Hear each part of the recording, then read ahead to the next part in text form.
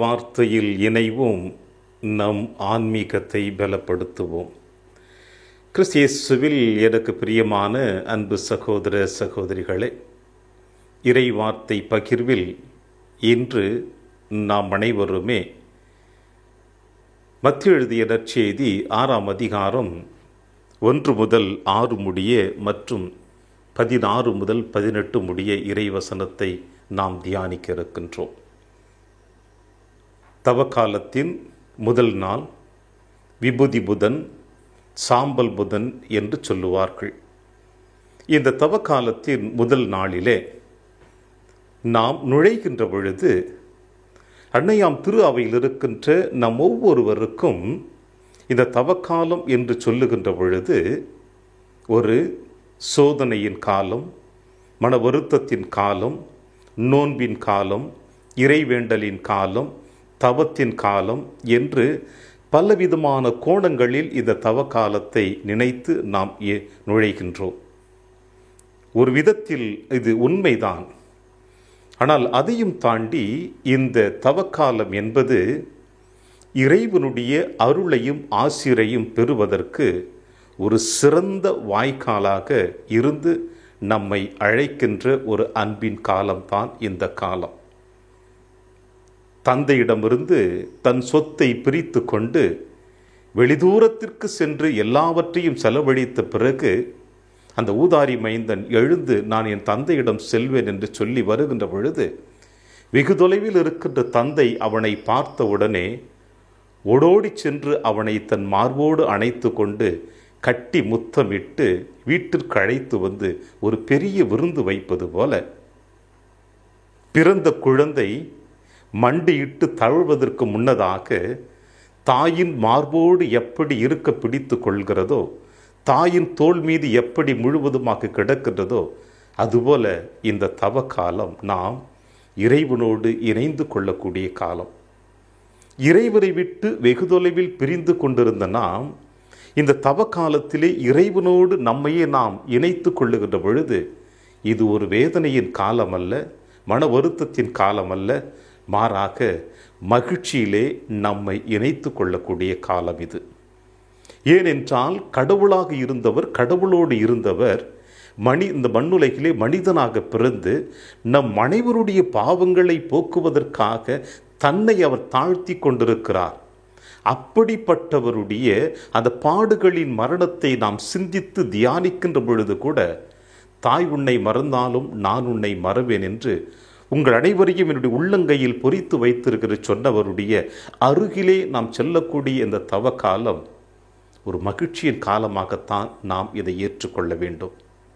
எனவே இன்றைய காலகட்டங்களில் இன்றைய நற்செய்தி வாசகத்தில் ஆண்டவர் இயேசு கிறிஸ்து கொடுக்கின்ற ஒரு 3 விதமான வழிமுறைகளை நம்மை கடைபிடிக்க அழைப்பு கொடுக்கின்றார். அதற்கு முன்னதாக 40 நாட்கள் இந்த தவக்காலம்.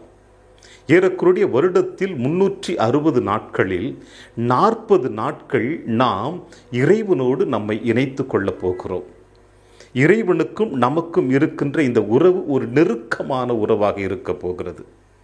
இத்தனை நாட்களாக இறைவனை விட்டு பிரிந்த தருணங்கள் இருக்கிறது. ஆனால் இப்பொழுது நாம் இறைவனோடு நம்மை இணைத்து கொள்ளக்கூடிய தருணத்திலே நாம் செல்ல இருக்கின்றோம். இப்படி இருக்கின்ற பொழுது இயேசு உங்களையும் என்னையும் அழைக்கிறார். இந்த 40 நாட்களில் பிரியமான அன்பின் தேவ பிள்ளைகளே, 40 என்று சொல்லுகின்ற பொழுது வேதத்திலே பலவிதமான நிகழ்வுகளை நமக்கு படம் பிடித்து காட்டுகிறது. அதில் 2 நிகழ்வுகள், 3வது ஒரு நிகழ்வு, இதை மட்டும் உங்களோடு பகிர்ந்து கொள்ள விரும்புகிறேன். நோவா காலத்திலே தந்தை கடவுள் இந்த மண்ணுலகில் மனிதனுடைய அட்டூழியமான வாழ்க்கையை பார்த்து, தரங்கட்ட நெறிக்கட்ட வாழ்க்கை வாழ்ந்து கொண்டிருப்பதை பார்த்து தந்தை மனமுடைந்தவராக நோவாவும் அவரை சார்ந்தவர்களுக்கு மட்டும் பெட்டகத்தை செய்து அந்த பெட்டகத்தினுக்குள் அவர்களை பயணம் செய்ய அவர்களுக்கு அழைப்பு கொடுக்கிறார். அவர்கள் மட்டும் பெட்டகத்திற்குள் நுழைந்த பிறகு 40 நாட்கள் இந்த மண்ணுலகை மழையினால் இறைவன் அழித்திருக்கிறார் என்று வேதம் நமக்கு அழகாக படம் பிடித்து காட்டுகிறது. ஏன் அழித்தார் இறைவன்? மனிதர்களை மட்டுமல்ல, மனிதர்களை ஆட்டி பிடித்து கொண்டிருந்த யாரெல்லாம் அநீதியின் ஆட்டத்துக்குள் நுழைந்தார்களோ, அக்கிரமத்தின் ஆட்டத்திற்குள் நுழைந்தார்களோ, இறைவனை விட்டு வெகு தொலைவில் சென்று எத்தனை முறை அவர்களுக்கு வாய்ப்புகள் கொடுக்கப்பட்டிருந்து கூட அதை உணர்ந்து கொள்ளாமல் கடவுளை விட்டு பிரிந்து சென்றார்களோ, பாவ இருளுக்குள் வாழ்ந்து கொண்டிருந்தார்களோ, அத்தனையும் இறைவன் 40 நாட்களில் மழை பெருவெள்ளத்தினால் அழித்து விட்டார். அடுத்ததாக நிகழ்வு பார்க்கின்ற பொழுது பார்வோன் மன்னனிடமிருந்து இஸ்ரேல் மக்கள் விடுதலை பெற்று சென்ற நிகழ்வு. தாங்கள் அடிமைகளாக வாழ்ந்து கொண்டிருக்கின்றோம், உணர்வு அற்றவர்களாக, உணர்ச்சி அற்றவர்களாக, மிருகத்தையும் விட மிக கேவலமாக எங்களை வழிநடத்தி கொண்டிருக்கின்ற இந்த கொடூர அரக்கோலனிடமிருந்து எங்களை விடுவியும் என்று அபயக்குரல் எழுப்பிய இஸ்ரேல் மக்களுக்கு தந்தை கடவுள் மோயிசன் அவரோடு உரையாடி அவர்களுக்கு மத்தியிலே ஏற்படுகின்ற உடன்படிக்கையின் வழியிலே அவர்களை 40 ஆண்டுகள் வாக்களிக்கப்பட்ட கானான் தேசத்திற்கு அழைத்து செல்லுகிறார். அடிமையின் கோலத்திலிருந்து விடுதலையின் வெளிச்சத்திற்கு அழைத்து செல்லுகின்ற பொழுது யாரெல்லாம் நம்பிக்கையோடு விசுவாசத்தோடு இறைவன் நம்மை வழிநடத்துகிறார் என்ற அந்த பயணத்தின் மீது அக்கறை கொண்டார்களோ அவர்களால் மட்டும்தான் அந்த 40 ஆண்டுகள் அந்த கானான் தேசத்தை அடைய முடிந்தது. இது அடிமையின் கோலத்திலிருந்து விடுதலையின் கோலத்திற்கு அழைத்தது. 3வது நிகழ்வு பார்க்கிற பொழுது ஆண்டவர் இயேசு கிறிஸ்து தன்னுடைய பணி வாழ்வை ஆரம்பிப்பதற்கு முன்னதாக பாலைவனத்தில் 40 நாட்கள் உண்ணா நோன்பிருந்து ஜெபித்திருக்கிறார். நாம் அனைவரும் மீட்பு பெற வேண்டும் என்பதற்காக, நாம் அவருடைய பிள்ளைகளாக இருக்க வேண்டும் என்பதற்காக இந்த 40 நாட்கள் பாலைவனத்திலே உண்ணா நோன்பிருந்து ஜெபத்தில் இறைவனோடு இணைந்திருந்தார். அப்படி இறைவனோடு இணைந்திருக்கின்ற பொழுது, ஜெபத்தில் இணைந்திருக்கின்ற பொழுது அவருக்கு சோர்வு என்பது ஒன்றுமில்லை, அவருக்கு வேதனை என்பது ஒன்றும் தெரியவில்லை. ஏனென்றால் தந்தையும் மகனும் ஒன்றாக இணைந்திருந்தார்கள். இப்படிப்பட்ட 40 நாட்களைத்தான் நாம் இப்பொழுது கடந்து செல்ல அன்னையார் திரு அவை அழைப்பு கொடுக்கிறது. ஆக இந்த 40 நாட்கள் வெறுமனே நாம் கடந்து செல்வதை விட அதை எப்படி நம்முடைய வாழ்வில் இந்த 40 நாட்கள் பயன்படுத்த வேண்டும் என்பதற்காகத்தான் இன்றைய நற்செய்தி வாசகம் அழகாக சொல்லுகிறது.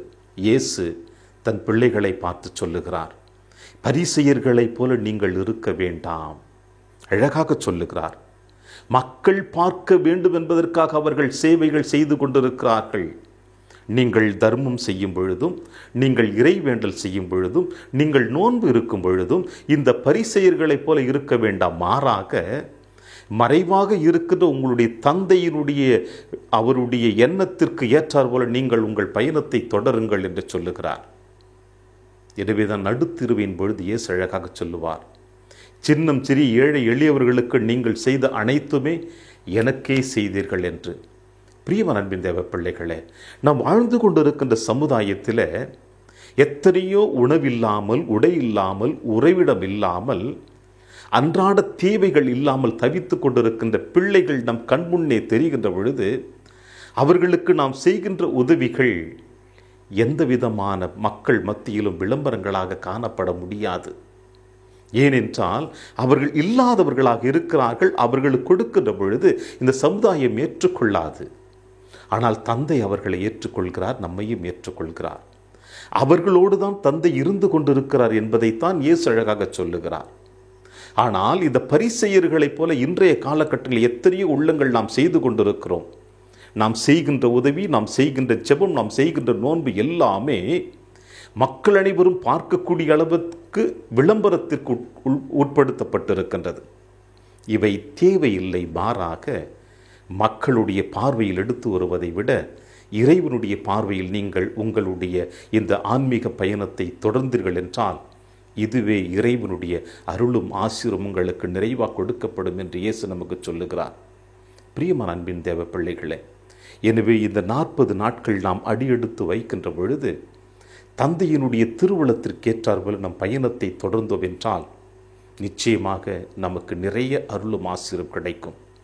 இந்த 40 நாட்களில் காவி உடை அணிவோம், ஜெபம் செய்வோம், நோன்பு இருப்போம், தர்மம் செய்வோம். ஆனால் இவை விளம்பரத்திற்காக வேண்டாம். மாறாக நம் ஆன்மீகத்திற்காக, இறைவனுக்காக மட்டும் செய்வோம். அப்பொழுது இந்த தவக்காலம் நமக்கு பயனுள்ளதாக இருக்கும் என்ற நம்பிக்கையோடு தொடருவோம். இந்த நாளிலே இறையாசிர் என்று உங்களோடு.